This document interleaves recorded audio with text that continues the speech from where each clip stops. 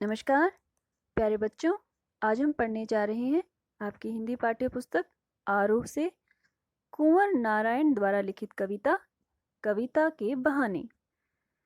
तो इससे पहले कि हम कविता की व्याख्या समझें, एक बार देख लेते हैं लेखक और कवि कुंवर नारायण जी का संक्षिप्त परिचय। कुंवर नारायण जी का जन्म 19 सितंबर 1927 को उत्तर प्रदेश में हुआ।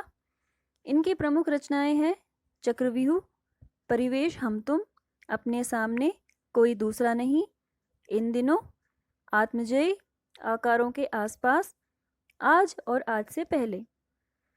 प्रमुख पुरस्कार जो इन्हें मिल चुके हैं: साहित्य अकादमी पुरस्कार, कुमारन आशान पुरस्कार, व्यास सम्मान, प्रेमचंद पुरस्कार, लोहिया सम्मान, कबीर सम्मान और ज्ञानपीठ पुरस्कार। तो आइए एक बार देख लेते हैं कविता के बहाने की रूपरेखा।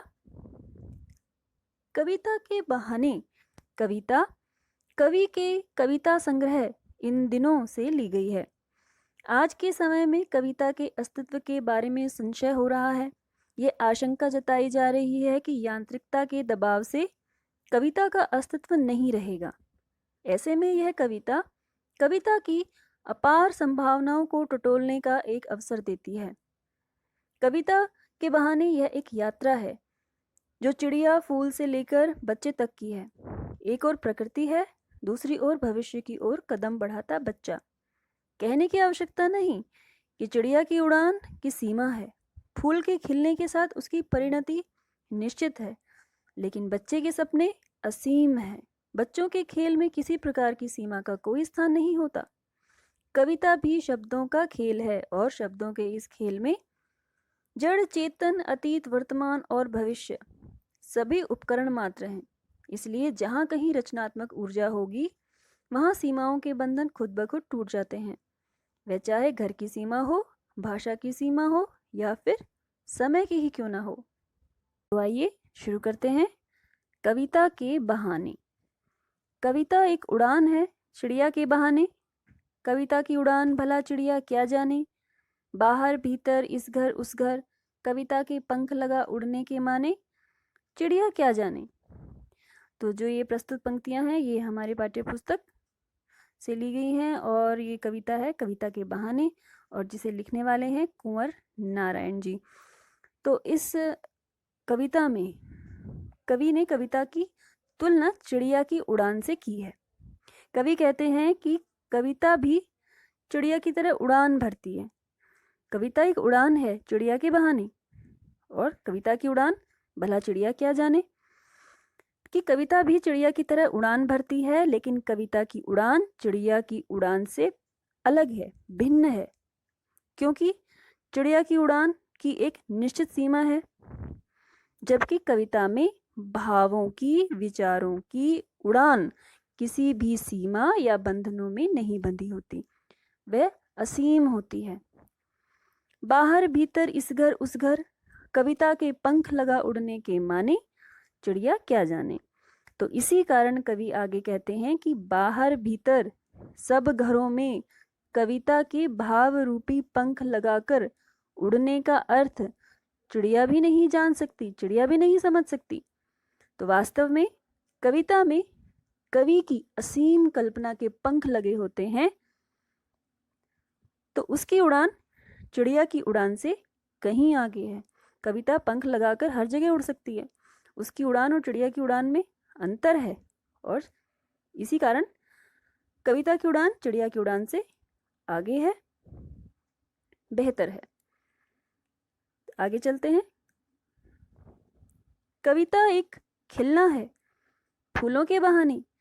कविता का खिलना भला फूल क्या जाने, बाहर भीतर इस घर उस घर, बिना मुरझाए महकने के माने, फूल क्या जाने। महकना मतलब सुगंध फैलाना। तो इसमें जो कवि हैं वह कहते हैं कि कविता जो है वो फूलों के खिलने के समान है। तो यहाँ पर कविता की तुलना फूल के खिलने से की गई है। कविता एक खिलना है फूलों के बहाने। कविता का खिलना भला फूल क्या जाने। कवि कहते हैं कि कविता का खिलना फूलों के खिलने की तरह ही है, लेकिन कविता के खिलने और फूलों के खिलने में एक अंतर है, एक सूक्ष्म अंतर। वह यह है कि फूल के खिलने के बाद उसके जीवन और उसके बाद मुरझाकर समाप्त हो जाने की एक निश्चित अवधि होती है, जबकि कविता एक बार विकसित होकर जीवंत होकर अमर हो जाती है।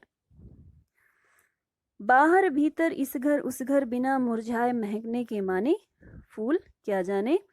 तो इसी वजह से कवि कहते हैं कि कविता के खिलने का मर्म, कविता के खिलने की सच्चाई फूल नहीं जान सकता।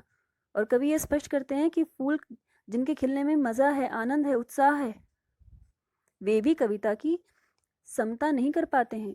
कविता से उनकी समानता नहीं हो सकती है, क्योंकि कविता अनंत है। एक बार वह जीवन पा जाती है, जीवंत हो जाती है, तो वह चिरकाल तक अमर बनी रहती है, विकासशील बनी रहती है और अमर हो जाती है। लेकिन फूल एक समय के बाद मुरझा जाते हैं, उनकी सुगंध भी खत्म हो जाती है और वे नष्ट हो जाते हैं, लेकिन कविता सदैव आनंद प्रदान करती रहती है। तीसरा काव्यांश है, कविता एक खेल है बच्चों के बहाने, बाहर भीतर यह घर वह घर, सब घर एक कर देने के माने, बच्चा ही जाने। तो यहाँ पर कवि ने कविता की तुलना बच्चों से की है, बच्चों के खेल से की है। कवि कहते हैं कि कविता भी बच्चों के खेल की तरह ही होती है। तो कविता भावों, विचारों और शब्दों के खेल खेलती है। बच्चा खिलौनों से खेलता है, लेकिन कविता भावों, विचारों, कल्पनाओं और शब्दों के खेल खेलती है। तो जिस प्रकार बच्चों के खेल में सीमा के लिए कोई स्थान नहीं है, उनकी कोई सीमा नहीं होती और वे सभी घरों को अपना कर देते हैं, अर्थात सारे घर उनके अपने हो जाते हैं। खेल खेल में उन्हें पता ही नहीं होता वो किस घर को अपना बना लेते हैं। तो जिस तरह से बच्चों में भविष्य है, विकास की असीम संभावनाएं और उमंग, उत्साह एवं क्षमताएं हैं, उसी तरह कविता में भी अर्थ की व्यापक संभावनाएं होती हैं, उसमें भी रचनात्मक ऊर्जा होती है। सब घर एक कर देने के माने बच्चा ही जाने। तो भेदों के बंधन से ऊपर उठकर सबको एक कर देने के मायने, सबको एक कर देने का अर्थ बच्चे ही जानते हैं, उन्हीं की तरह कविता भी जानती है। तो मतलब यह है कि जिस प्रकार बच्चे अपने पराये का भेद नहीं जानते, उन्हें सभी घर अपने ही लगते हैं, उसी प्रकार कवि के लिए कविता के स्तर पर सारा संसार उसका अपना है, आत्मीय है और वह सारे संसार को अपना ही समझता है। इस तरह से कविता जो है वो समस्त संसार को अपना बना लेती है। आइए एक बार देख लेते हैं इस पूरी कविता का काव्य सौंदर्य। इस कविता में कविता की अपार संभावनाओं को बताया गया है। साहित्यिक खड़ी बोली का प्रयोग है, चिड़िया क्या जाने और फूल क्या जाने में प्रश्न अलंकार है। कविता का मानवीकरण किया गया है। इस घर उस घर, बाहर भीतर, यहाँ पे र वर्ण की आवृत्ति है।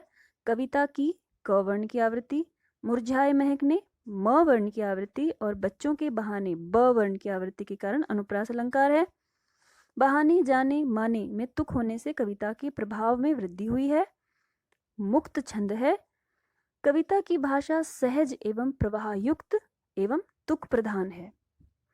कविता की रचनात्मक व्यापकता को प्रकट किया गया है और इस कविता में कविता की समानता बच्चों से, चिड़िया से एवं फूल से की गई है। और बच्चा ही जाने इस पंक्ति में बाल मन की सरलता को अभिव्यक्ति मिली है। तो ये था इस पूरी कविता का काव्य सौंदर्य। आशा है यह कविता अब आपको अच्छे से समझ आ गई होगी। धन्यवाद।